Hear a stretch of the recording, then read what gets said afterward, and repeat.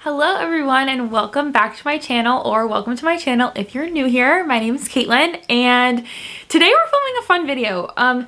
This is a video that I feel like I've gotten like some requests for. Sorry, I'm like trying to get comfortable. I should have done that before I started. I feel like I've gotten some requests for this video, or like I've gotten a lot of questions in regards to this topic, but today we're going to be talking all about how I vlog at Walt Disney World. So I'm going to be sharing some tips and tricks with you guys, sharing all the equipment I use. I'm going to touch briefly on what I use to edit and like how I store my footage and how I like organize everything, but for the most part just kind of talking about what equipment I use and tips and tricks for vlogging if you are interested in vlogging in the parks. For the people before you go and like click off this video, if you're like, I don't have a YouTube channel, why would I need to know how to vlog in the parks? I tell everybody, you know, even if you're not a vlogger, even if you don't like, if you're not going to post online, I would say vlog your trips solely for yourself and for yourself to go back and watch all these videos. It is so fun to have just like home videos of trips,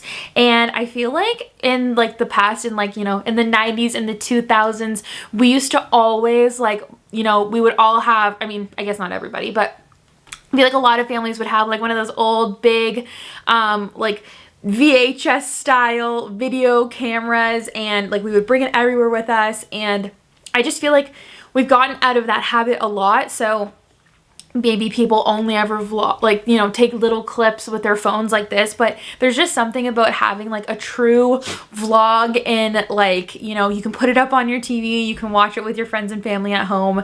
There's just something special about it. So the animals are going crazy also right now, so I'm so sorry if you can hear everything and if I'm distracted by them, because they're just a little bit psycho. I think it's because I just got home from work, so they're all like excited that I'm home, but I needed to get this done. So we're just gonna ignore their craziness for a minute. Go lay down, Cooper. But yeah, so anyways, before you go and click out of this video, you know, maybe you might be interested in like just videoing your next trip. Okay, so I feel like I'm just gonna start off talking about all of my equipment that I use when we go to Disney World and how I film everything. I get a lot of questions like this when we're there, when we're home.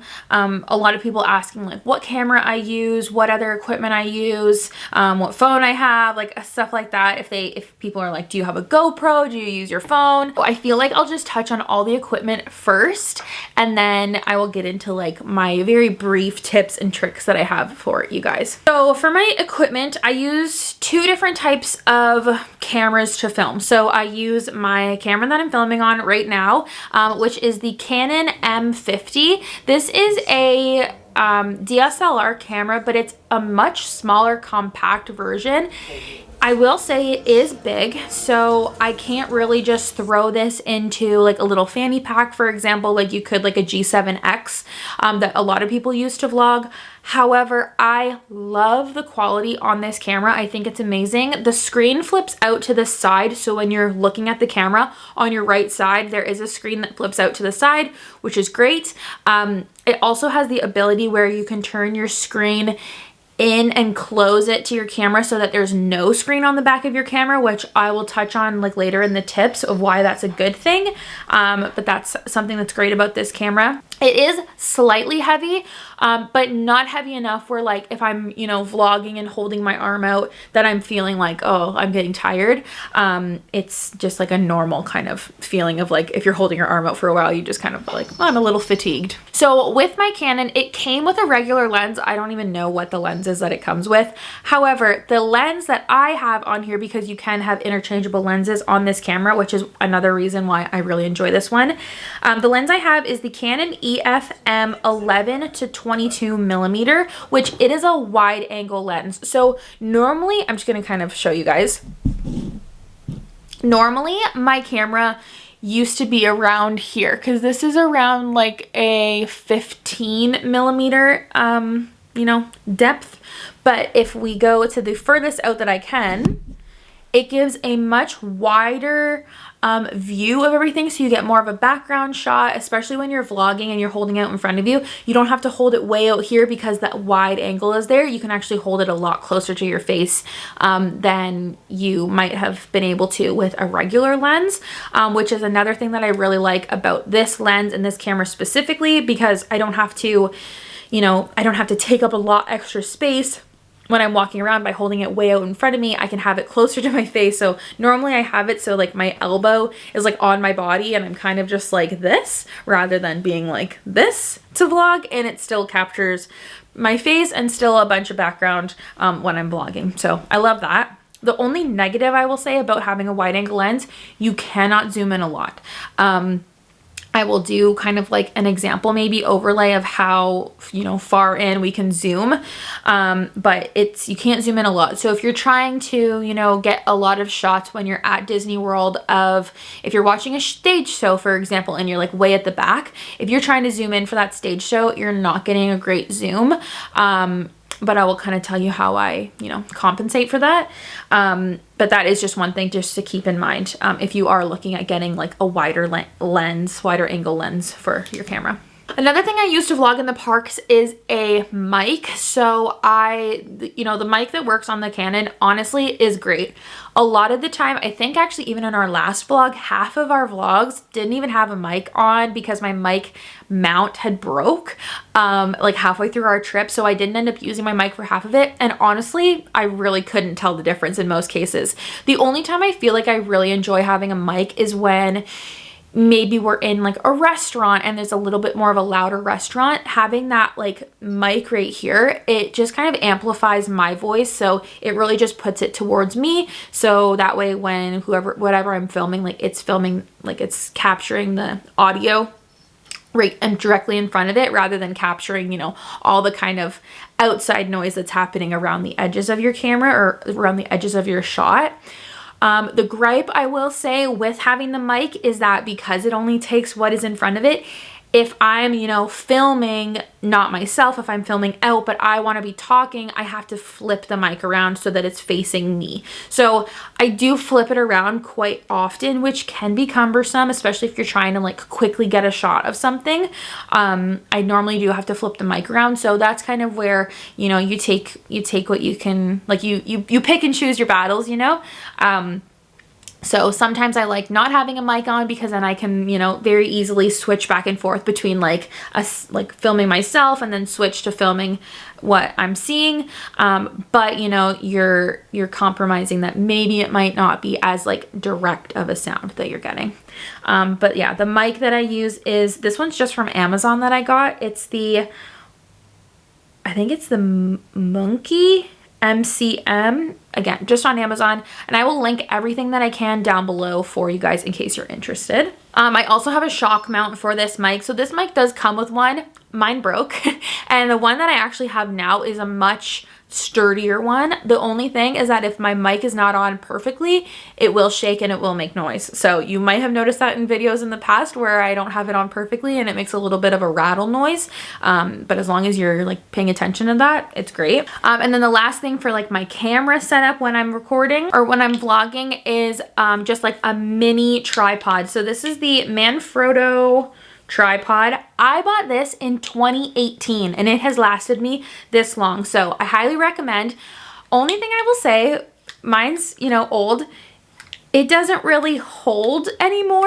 Like the legs aren't as tight. I feel like maybe if I was to like tighten up the little screws here, it might, you know, be a little bit better and like the legs will stay out, but it does the job. It does what it needs to do.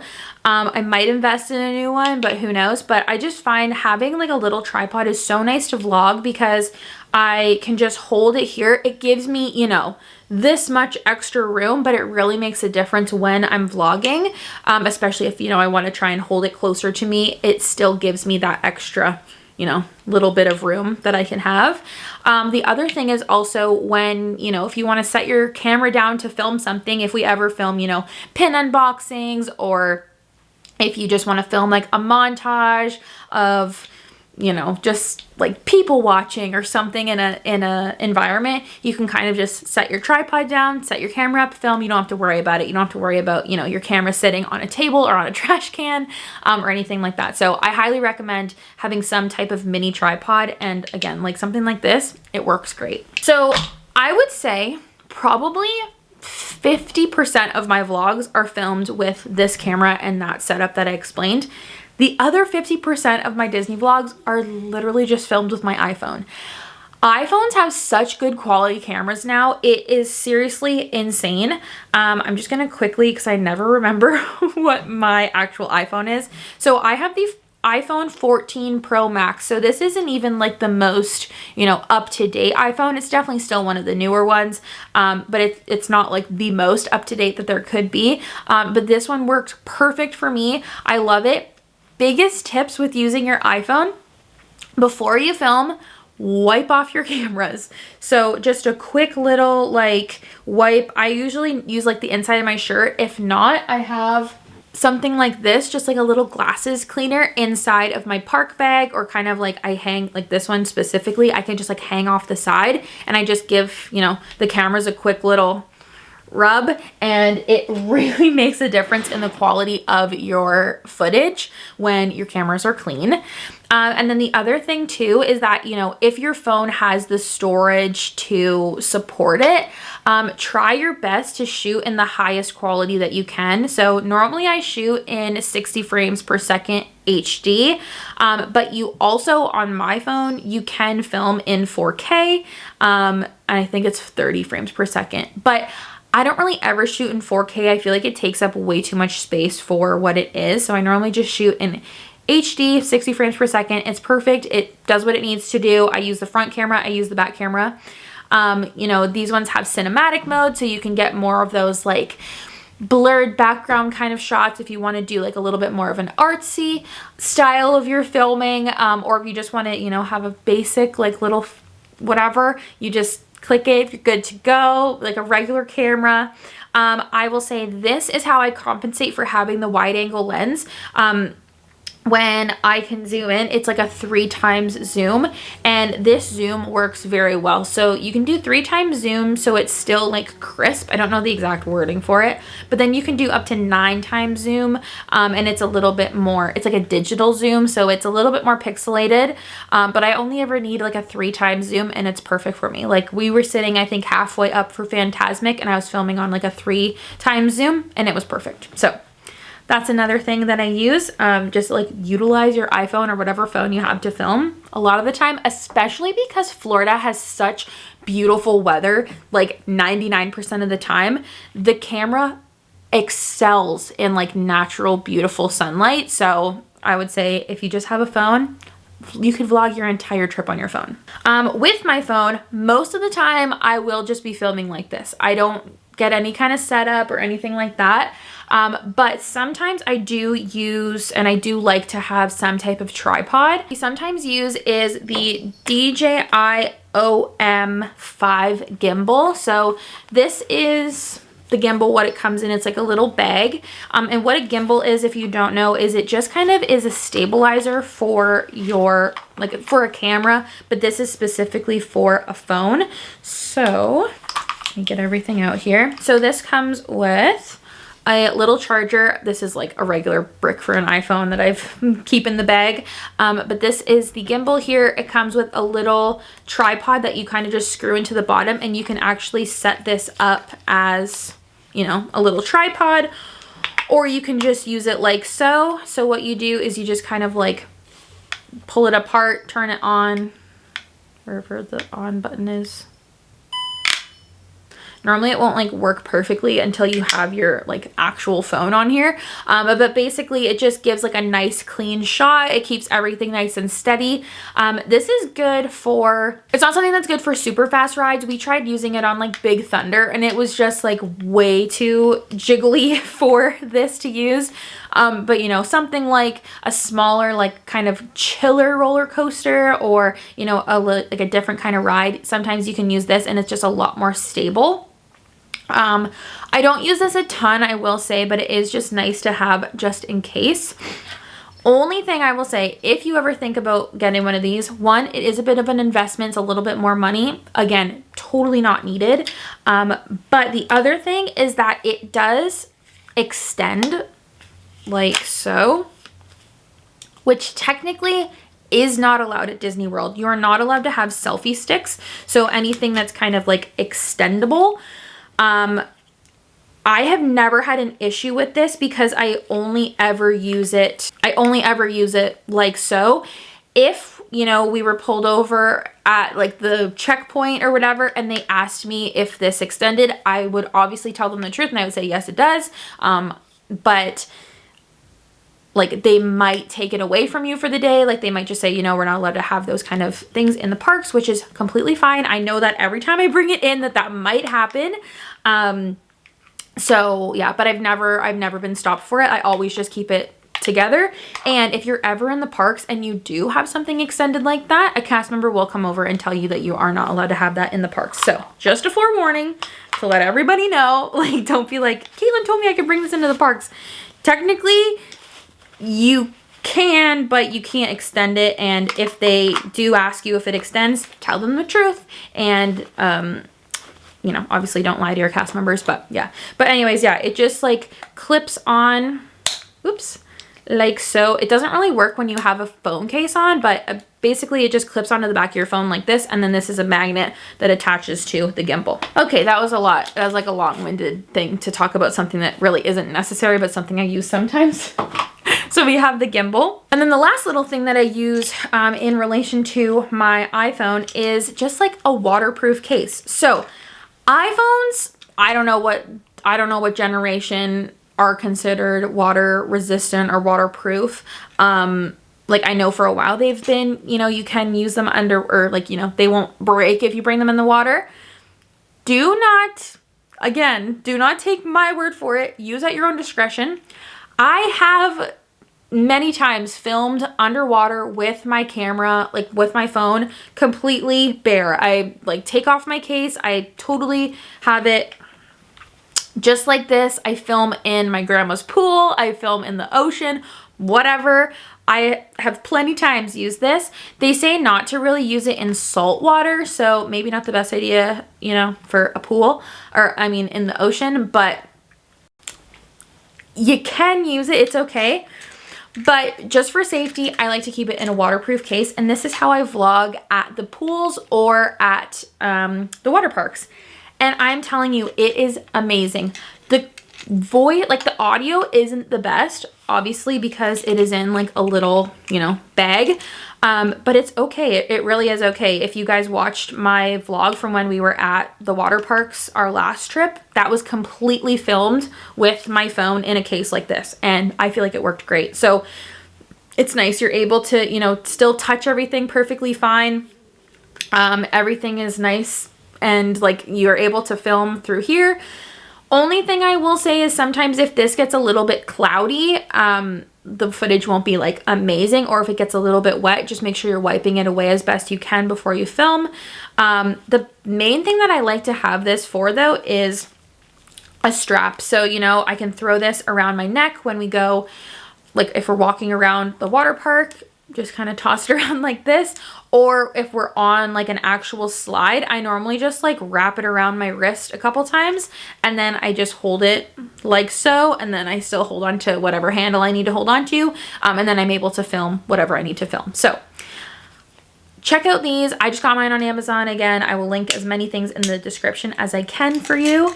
But if you're ever wondering how I film at the water parks, that is how, and it works perfectly fine for me. So I love it. Okay, and then the extra things that I bring just like to throw in here for you guys, I always have a camera strap on my camera because this one is a little bit of a bigger one.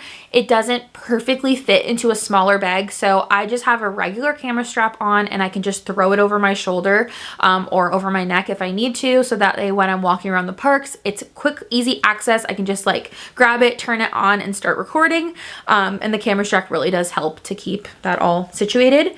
Only problem with the camera strap is when it's on my camera strap and I have it hanging on the side, I try to not have my mic attached because my mic does hang a little bit off the back of my camera, so the mic will get bumped a lot and that's how I broke the last little mount that I had. So that is something to keep in mind. Other things that I bring are an external battery pack or a fuel rod, especially if you're filming on your phone. Your phone will die fast, especially at Disney World. You're constantly checking wait times. If you're constantly on the My Disney Experience app plus filming, your phone will die fast. So any type of external battery or fuel rod works great. I always have 2 camera batteries, so I will always have at least one in my camera and then the other one either charging back at the resort if I know I'll be going back there halfway through the day, or I will keep it in my bag with me. I normally do keep it at the resort and it's charging, and then we normally do like a midday break, so I'll just, when I get back to the resort, I'll just switch out our camera battery even if this battery isn't fully dead. When this one starts to go like halfway, I know it's going to go fast, so I would rather just put it on the charger before it gets to that point and then put the new one in for the remainder of the evening. But again, if you're supplementing your footage between like a regular camera and a phone, you really won't run into too many troubles with the batteries. I always have 2 memory cards. I normally do like a 32 and a 64. Those are normally just the ones that I have. And I also bring my laptop and I bring an external hard drive. So every night when we get back from a day in the parks, what I will do is I will plug my external hard drive in, I will plug in my memory card, and I will make a folder on my external hard drive saying, you know, Walt Disney World, September 2023. I will have as many days, like I'll make folders for every day, and then every day I will upload that footage from that day into whatever day folder. And then that way, 1, my memory cards never get full, and 2, that way when I go to edit them when I get home, it's already organized and so much easier to kind of sift through material if I already have everything sectioned off into each day of the trip. And then also you're not worried about, you know, if you're like, oh no, my memory cards run out of or like run out of space, you don't have to worry about accidentally deleting any footage because you already have it backed up onto your external hard drive. So yeah, so that's what I do every night when we get back from our resort. Or from our day at the parks. Okay, so that is all the equipment that I use for in Disney to film. And again, like it's nothing crazy. Really, again, like I said, if you take anything, just film on your phone. Really, like if you have anything above like an iPhone 12, basically, you will have good quality footage for your vlogs, 100%. Okay, so I have a few tips and tricks for filming.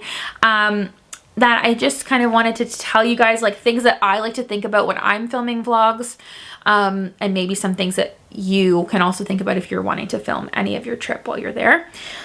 So first and foremost, the way that I like to view my vlogs, I'm not filming, don't take offense, I'm not filming for you guys, I'm filming for me and Austin. So sometimes I'll say in the vlogs like, oh, you guys will enjoy this, or oh, we're gonna show you guys this. But that's just because I know that there's an audience there. When we first started filming, like it was more when I would say you, or you get to see, or you guys get to see, I more so was talking to my future self. And like basically like that's how I would film. So I always just want it to feel like a home movie. Like I want it to feel like when I'm 70, I'm gonna look back at all these videos of me and my family at Walt Disney World, like just loving our lives, you know?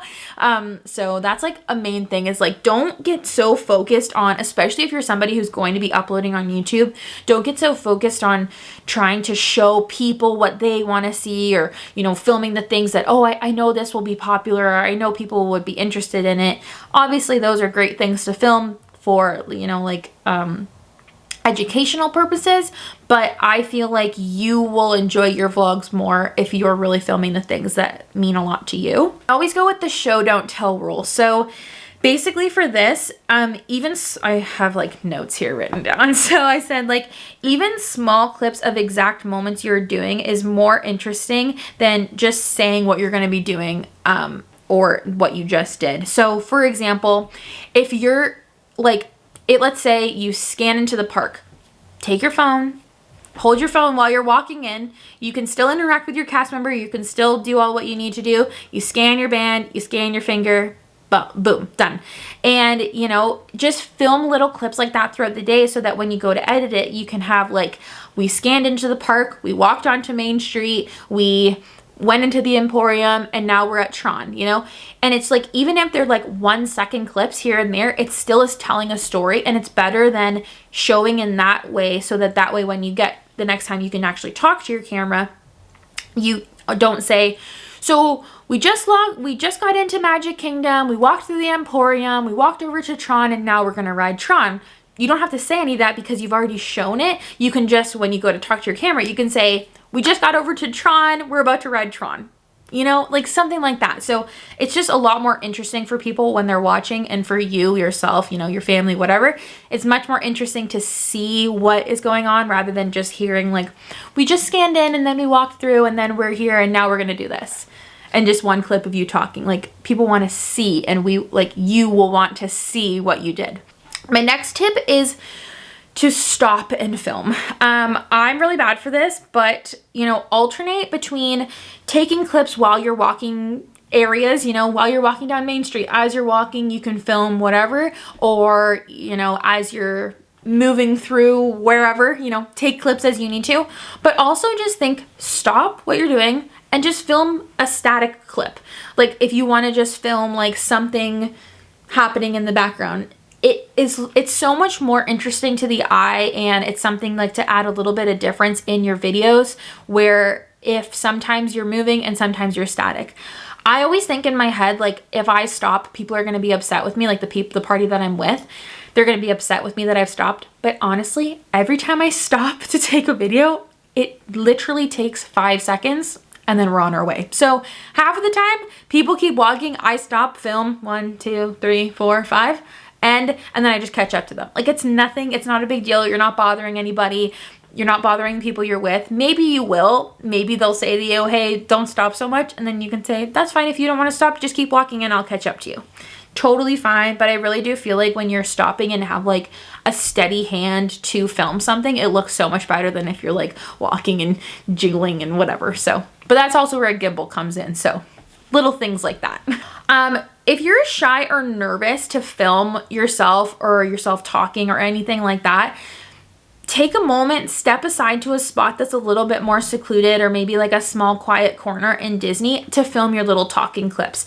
You don't have to be somebody who's walking down the middle of Main Street being like, hey guys, I'm at Disney World. We just walked in the park. This is so exciting, blah, blah, blah. Like, you don't have to be like that. You can, you know, as you're walking down, if you've had a moment to walk down Main Street, again, film yourself walking down Main Street, film little clips here and there, and then when you get to a spot where it's a little bit more quiet, or maybe there's not so many people, if you're sitting down, let's say like outside Casey's, for example, you can sit and then just quickly talk to your camera then, because then, one, you're not moving and you're not like drawing more attention to yourself. You're kind of to yourself.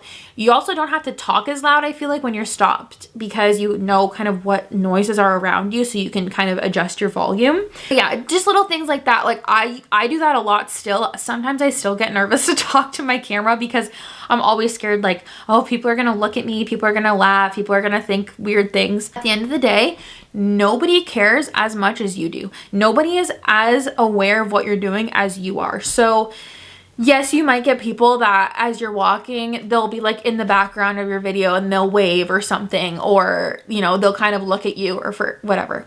But they will look at you for 2 seconds and then they will carry on with their day because they really don't care that much. So I have to remind myself of this constantly, but it's so true. Like, do not worry about what other people think. Don't worry about what other people are doing. Just do what you need to do and get on with it. I also always think about this. Brandon, one of our best friends who vlogs, Sunny Times 2, I'll link him down below. When they vlog at Disney World, especially Brandon is a 6'10" man. So he already takes up a lot of space, you know, height-wise, vertically. So he's already taking up space, and he's already somebody that kind of sticks out to people. He walks around with zero shame, holding the camera way up high. Like, he totally just owns it. He talks normally. He talks as if he's talking to us. And people don't even really care when he's doing it. So I'm like, okay, if Brandon can do it, who totally, like, you would see him vlogging if you saw him out and about. Like, if people don't care that he's doing it, nobody's gonna care about 5'7" me holding my camera like this and just quietly, you know, regularly talking to my camera. So I always think of that. So thank you, Brandon, for being my inspiration for when I feel shy to vlog in the parks. Okay, this one I have to like read. So have an idea of what you want to film. So if you have specific things in mind for your day, for example, you know, your first Magic Kingdom day, you want to film the fireworks, or whatever Hollywood Studios day, you'll film all the shows. Have an idea for each day, because some days you might not think to pull out your camera, and then you'll be upset if you don't have specific clips when you go to edit. So for us, we always film the fireworks once in our trip, so that way, one, we can enjoy it all the other times and not have to think about like, I have to hold so still, I can't make a noise, I can't talk, whatever. I can just like, obviously I'm still enjoying it, but you're a little bit more focused on, you know, filming, especially fireworks and shows. But you know, try to do like one day where you're filming a show, one day where you're filming fireworks, you know, one day where you film, you know, this ride, this ride, this ride, and then the next time you're in Magic Kingdom, you don't have to film on those rides. You can just film on the other rides that you want to go on. But I just always have that idea in my head, so that way, one, I can, you know, scatter out the footage, but also I can know, okay, I have at least one clip from everything we've done total throughout our whole trip, and I don't have to think about it as much towards the end of the trip, because I'm like, oh, I've already filmed that. I don't need to film it if I don't have to. Like, I don't need to film all of it if I don't want to. I can just film a little clip to show you guys we're watching the fireworks, but I don't have to film the whole thing. Hope this all makes sense to you guys. Okay, this is a tip that I feel like is a given, but there have been experiences that I've noticed that I'm like, okay, maybe this isn't a given. Be courteous of others around you, especially when you're vlogging. You know, if you're in a dark area, a ride, a show, fireworks, flip your screen so that your screen doesn't show any light, so that when you're filming, people aren't distracted by your screen when you're filming the show or filming the fireworks. You know, they can still pay attention to what they're doing or what they're watching, and not, you know, the little screen on your camera. Or, you know, hold, whenever you're filming, I always do this. Hold your camera here or at eye level. If I'm filming here, sorry, I hope my voice isn't muffled. If I'm filming here, nobody behind me can really see, or if they can see, it's just the same as if they were looking at my head. Or if I'm here, people cannot see behind me when I'm filming. If I'm filming the fireworks and I'm holding my, you know, my camera way up here, that is disturbing to all the people behind you, because nobody can see past your phone, and nobody wants to watch the fireworks from your phone screen. They want to watch it with their own eyes. So be courteous of others behind you or around you. You know, keep your phone close to yourself, keep it here. That same, I feel like, goes with, you know, if you're walking through a busy part of the park, I would say try to not hold your camera out like here in vlog.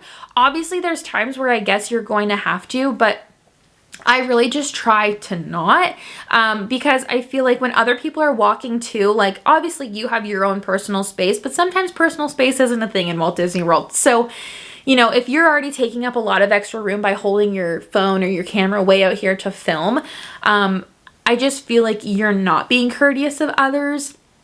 Because if people are trying to get around you or maneuver places, it's like they're obviously thinking of themselves first, which most people do, let's be real. But if you're taking up that extra space, I feel like you should be a little bit more courteous of other people around you. That's how I feel. I totally understand, you know. Talk to me in the comments below if you feel differently, if you want to, but that's just how I feel, and how I feel like you should, you know, respect everybody around you when you're filming your vlogs. Especially though, the like holding it above your head. Don't be that person. And then something I like to do is I try and film a talking clip, and then I'll do a handful of B-roll clips and then alternate, so that way when I'm editing, it's not just like a talking clip and then a talking clip and then a talking clip and then like one little B-roll and then a talking clip and then a talking clip. That gets to be a lot. Especially again, if you're doing like, we just did this and now we're doing this. We just did this and now we're doing this. We just did this and now we're doing this. That gets annoying to listen to. So I try to do like, you know, where we scan into Magic Kingdom, we film it. I walk down Main Street, I film it. We're in the Emporium, I film a couple things that I see. We're on our first ride, I film.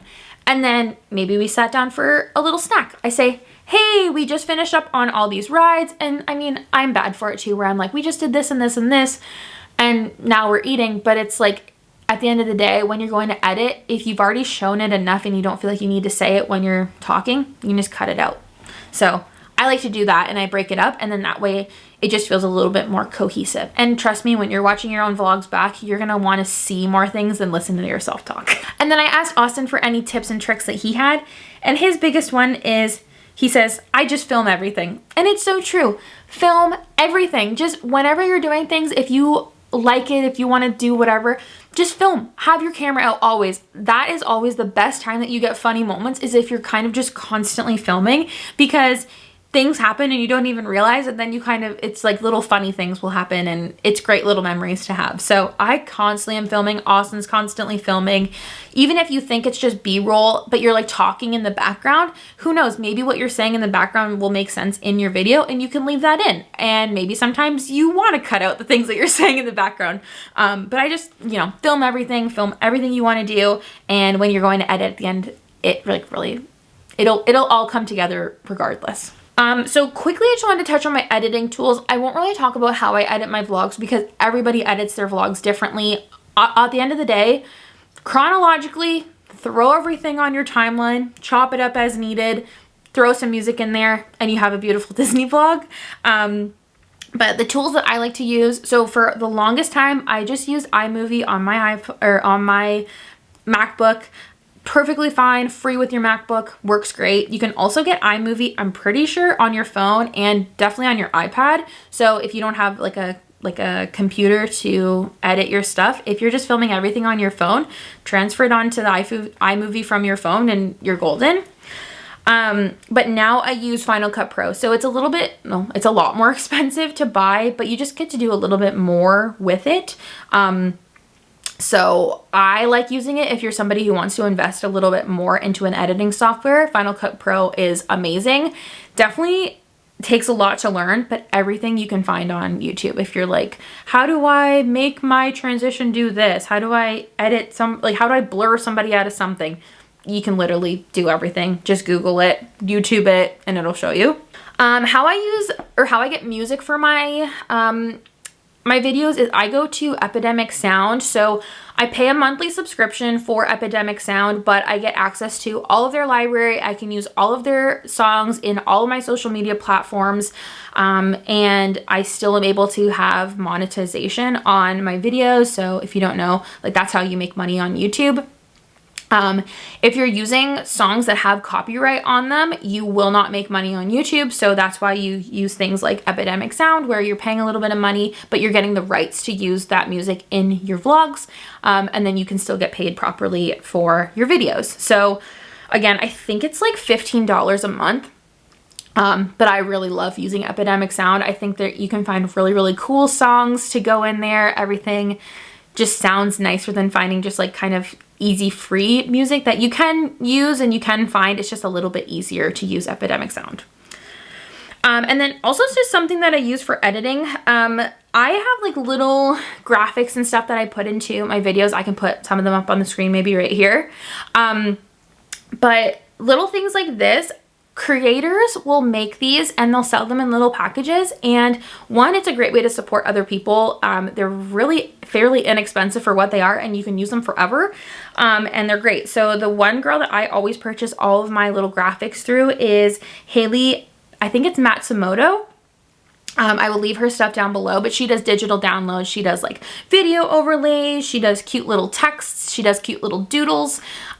She does like intro, outro, all that kind of stuff. So there's just little fun things that you can add to your videos. 100% not necessary, but I figured I would just kind of throw them out there to show you guys. Like, these are always what I use whenever you see like my Monday, Tuesday, Wednesday, whatever. If it's not like a basic, you know, date and time or a date, or if it says Walt Disney World, anything like that, I just use like the type tool on whatever my editing software is. But any of those fun little like graphic like kind of things, that is all from Haley. So yeah, yeah, but okay, that was like the most long-winded, I feel like, explanation of tips and tricks and equipment, but I hope you guys enjoyed this video. I figured it'd be fun for people who are interested in, you know, learning more about vlogging in the parks. If maybe you just needed that little bit of a push to vlog in the parks, I would 1000% recommend it. It is one of the best things I've ever done is vlogged when we go to Walt Disney World. It is so fun to get to watch back all your old footage, all your old memories, and like we watch our vlogs regularly. And I never thought I would because I always hate hearing the sound of my voice on video, but I love watching our old family vlogs when we're at Disney World. So I hope you guys enjoyed this video. Please let me know down below if you have any tips and tricks that I didn't mention in here for others who like to vlog in or who would want to vlog in the parks. Let me know any questions you have down below, and I will see you guys in my next video. Bye.